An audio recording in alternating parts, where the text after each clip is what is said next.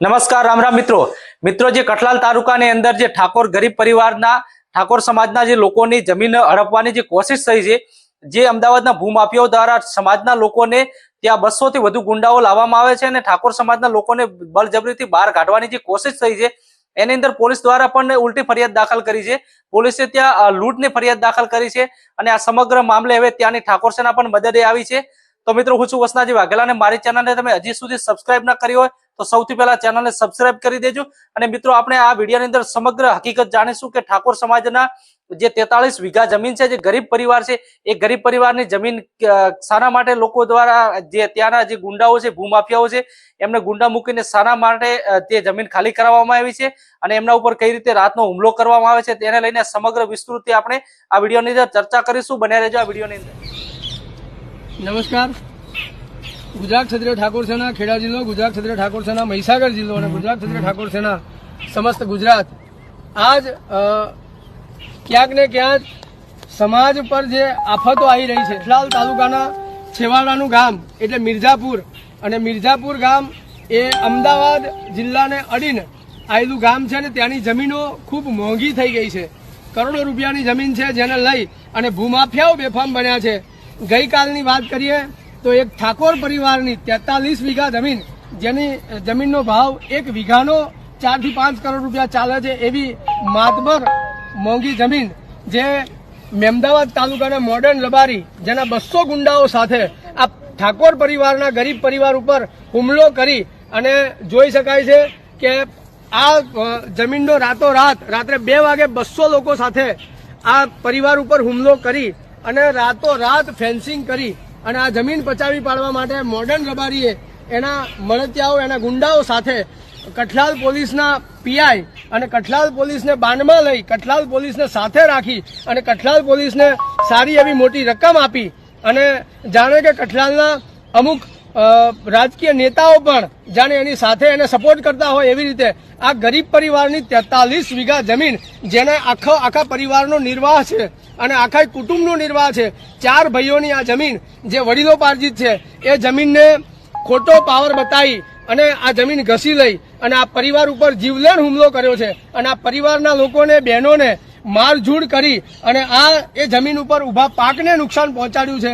આ જમીન પર ફેન્સિંગ કરી, દિવાલ મારી અને આ જમીનનો કબજો લેવાનું જે કાવતરું કર્યું છે, એને સખત શબ્દોમાં વખોડીએ છે। સાથે સાથે ગુજરાતની અંદર આવડો મોટો ઠાકોર સમાજ અને ઠાકોર સમાજ ઉપર જ્યારે આવી રીતે ભૂમાફિયાઓ દ્વારા, ગુંડાઓ દ્વારા જ્યારે આવા ખોટી રીતે હુમલા થઈ રહ્યા છે, ત્યારે અમે પણ એ જે ગુંડાઓ છે એમને કહેવા માંગીએ છીએ કે ગુજરાતનો ક્ષત્રિય ઠાકોર સમાજ હવે જાગૃત થઈ રહ્યો છે। આ પરિવાર એકલો નથી, એની સાથે આખા ગુજરાતનો, આખા ખેડા જિલ્લાનો ને આખા આણંદ, ખેડા, મહીસાગર જિલ્લાનો, મધ્ય ગુજરાતનો ઠાકોર સમાજ આ પરિવાર સાથે ઉભો છે। આવનારા સમયમાં આ મોડર્ન રબારી જેવા ભૂમાફિયાઓને ખુલ્લી ચેતવણી આપીએ છીએ કે ભાઈ, તું જે મહેમદાવાદમાં હમણાં થોડા સમય પહેલા પણ જે સરકારી જમીન અને વેચી અને આ કઠલાલ અમદાવાદ ઇન્દોર હાઈવે ઉપર અનેક ઠાકોરોની જમીન જે ઘસી અને ગેરકાયદેસર કબજા લેવાનું કામ જે મોડર્ન રબારીએ ઉપાડ્યું છે, એને અમે ચેતવણી આપીએ છીએ કે ઠાકોર સમાજની જે જમીન તું જે બેફામ તારા ગુંડાઓને લઈ, તારા બાઉન્સરોને લઈ અને જે હડપી રહ્યો છે, એને અમે ચેલેન્જ કરીએ છીએ। અને આવનારા સમયમાં ગુજરાત ક્ષત્રિય ઠાકોર સેના સમગ્ર જેટલા પણ ઠાકોર સમાજની આવી મેટરો બનેલી છે, જેટલી પણ જમીનો આવી ઠાકોર સમાજની જે ઘસી લેવામાં આવી છે, એ તમામ સાથે, તમામ ઠાકોર પીડિત પરિવાર સાથે અમે ઊભા છીએ। અને જ્યારે જમીનો દિવસે ને દિવસે મોંઘી થઈ રહી છે, ત્યારે ઠાકોરોને લલચાવી, ફોસલાવી અને જે જમીનો પડાવી લેવાનું કામ આ મોડર્ન રબારી જેવા કરી રહ્યા છે, ત્યારે હવે આવનારા સમયમાં આ પરિવારો સાથે રહી અને કાયદેસરની કાર્યવાહી મુખ્યમંત્રીશ્રીને રજૂઆત કરીશું। આવનારા સમયમાં અમે આની રજૂઆત તમામ મંત્રીશ્રીઓને પણ કરીશું અને ચોક્કસ ન્યાય મળે એની તમામ લડત લડીશું। સાથે જો આ મોડર્ન રબારી દ્વારા આવા 200-400 ગુંડા લાવી અને આવી રીતે ડરાઈ ફોસલાઈને જો જમીનો પડાવવાનું કામ થતું હશે, તો અમે પણ અમારા સમાજના તમામ આગેવાનોને, તમામ યુવાનોને આહવાન કરીએ છીએ કે આવા મોડર્ન જેવા રબારીઓને આપણે સીધા કરવાની જરૂર છે। આપણે પણ એનો પ્રતિકાર કરવાની જરૂર છે અને આપણે પણ લડી લેવું જોઈએ। અને પોલીસ જો આવા લોકોનો હાથો બની પૈસા લઈ અને પોલીસ પણ આવા ગુંડાઓને જો છાવરતી હોય અને પોલીસ પણ આના વિરુદ્ધમાં ફરિયાદ ના લેતી હોય, પોલીસ પણ સાથે આવી અને મદદગારીમાં રહેતી હોય, તો પોલીસ સામે પણ આપણે કાર્યવાહી કરાવવાની છે। પોલીસ સામે પણ આપણે ગુજરાત રાજ્યના મુખ્યમંત્રીશ્રીને પણ રજૂઆત કરવાની છે. બધું અમારા કિરીટસિંહને. આજે અમે કઠલાલ તાલુકાના મિર્જાપુર ગામે પીડિત પરિવારની મુલાકાતે આવ્યા છીએ. જે પ્રમાણે આ પરિવારની જે જમીન ઘસી છે એ પરિવારની જમીન પર ફરીથી આવા ગેરકાયદેસર ગુંડાઓ કબજો ના કરે અને એ ગુંડાઓને જે ભાષામાં જવાબ આપવાનો થતો હોય એ ભાષાઓમાં ગુજરાત ક્ષત્રિય ઠાકોર સેના ટીમ પરિવાર તરફથી તેમજ આખી મહીસાગર જિલ્લા ટીમ આ પરિવારની સાથે છે. સાથે સાથે અમે ઈશ્વરભાઈને પણ ખાતરી આપીએ છીએ કે જ્યાં જ્યાં અમારી જરૂર પડે ત્યાં કહેજો. અમે આવા પરિવાર માટે અમે ચોક્કસથી સમગ્ર ટીમ સાથે અને જ્યાં પણ જગ્યાએ રજૂઆતો કરવાની થતી હશે, મુખ્યમંત્રીશ્રીને રજૂઆત કરવાની થતી હશે, ગૃહમંત્રીશ્રીને રજૂઆત કરવાની થતી હશે અથવા તો જે પણ ડિપાર્ટમેન્ટમાં જ્યાં જવાનું થતું હશે ત્યાં અમે તમારી સાથે આ પરિવારની સાથે કદમથી કદમ અમે ખભાથી ખભો મિલાઈ આ પરિવારની સાથે અમે ઉભા રહીશું.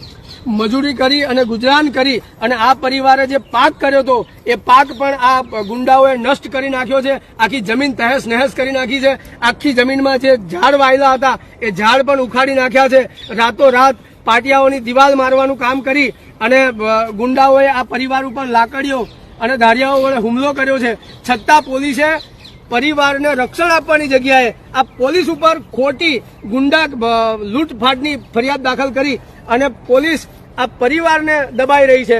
એટલે ક્યાંક ને ક્યાંક પોલીસ પણ આ ગુંડાઓ સાથે મળી અને પોલીસ આ ગુંડાઓને મદદ કરી રહી હોય તેવું પણ ભાસ થઈ રહ્યું છે. આ ગુંડાઓ દિવસે ને દિવસે ખેડા જિલ્લામાં જે જમીનો દિવસે ને દિવસે અમદાવાદ ઇન્દોર હાઈવે ઉપર મોંઘી થતી જાય છે જેને લઈ અને આ ગુંડાઓ બેફામ બન્યા છે. અને ક્યાંક ને ક્યાંક આ જે ના સમજુ ખેડૂત પરિવારો છે, ઠાકોર સમાજના અમુક લોકોને શિક્ષણનો અભાવ હોવાના કારણે ક્યાંક ને ક્યાંક સમજણ ન હોવાને કારણે અને અંદરો અંદર પરિવારમાં મતભેદ હોવાના કારણે આજ એક પરિવારની જમીન ખરીદવાની અને બીજા પરિવારની જમીન ઘસી લેવાની એવી રીતે કરોડોની મોંઘામૂલી મહામૂલી જમીનો આ જે ગુંડા તત્વો ઘસી રહ્યા છે એને અમે ખુલ્લો પડકાર ફેંકીએ છીએ.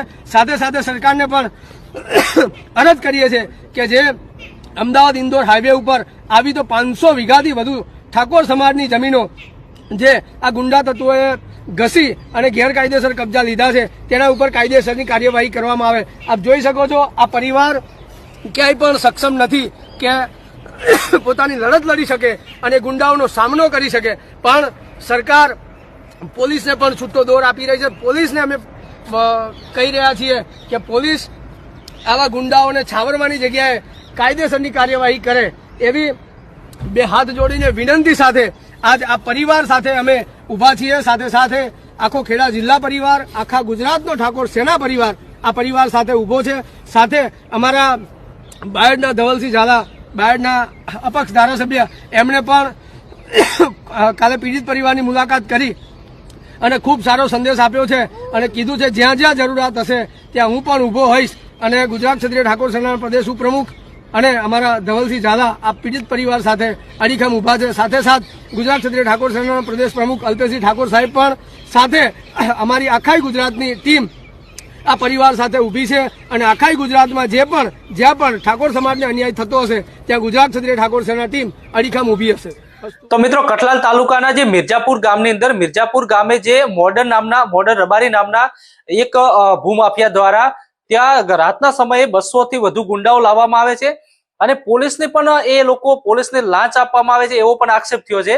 જે ઈશ્વરસિંહ જે તાલુકા પ્રમુખ જે જિલ્લા પ્રમુખ છે ઠાકોર સેનાના, એમનું કહેવું છે કે ત્યાં પોલીસને પણ એ લોકોએ લાંચ આપી છે અને પોલીસને સાથે રાખીને આ જમીનને જે લોકો છે જમીનને રહેતા હતા જે વર્ષોથી કબજો છે એમને બળજબરીથી ખાલી કરાવવાની કોશિશ કરવામાં આવી છે.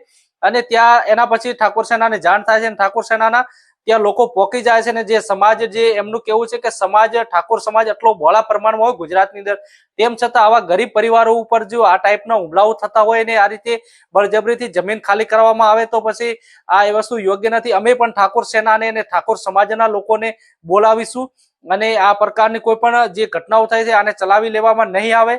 આના પછી જે પોલીસ દ્વારા જે કેસ દાખલ કરવામાં આવ્યો હતો એમાં પણ પોલીસે એની અંદર લૂંટની ફરિયાદ દાખલ કરી છે. જે હકીકત સત્ય છે એની ફરિયાદ પોલીસ લેતી નથી એવો પણ આક્ષેપ કરવામાં આવ્યો છે. તો મિત્રો વારે ઘડીએ ગુજરાતની અંદર ઘણી બધી આવી ઘટનાઓ થતી હોય છે. જો ગુજરાતના ગૃહમંત્રી એમ કહેતા હોય તો ગુજરાતની અંદર કોઈ પણ ગુંડા હોય કે કોઈ પણ ગરીબ પરિવારને કોઈ રંજાડતું હોય, ગરીબ પરિવારને હેરાન કરતું હશે તો એ ચલાવી લેવામાં નહીં આવે.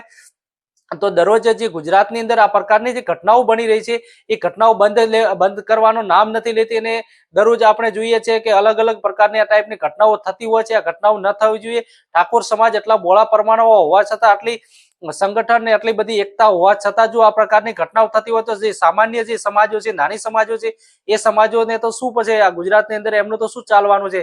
તો આ રીતની જે ઘટનાઓ થઈ છે ખરેખર આ ઘટનાઓ ન થવી જોઈએ અને ગુજરાત પોલીસ પણ ક્યાંક ને ક્યાંક સામેલ હોય તો એમને પણ આની અંદર જે ચોક્કસ તપાસ કરવી જોઈએ અને સત્ય હકીકત શું છે એ જાણવું જોઈએ. તો મિત્રો, જો તમને મારો વિડીયો પસંદ આવે તો વિડીયોને લાઈક કરવાનું, શેર કરવાનું, કોમેન્ટની અંદર તમારો જવાબ લખવાનું ભૂલતા નહીં. મળીશું નેક્સ્ટ વિડીયોમાં.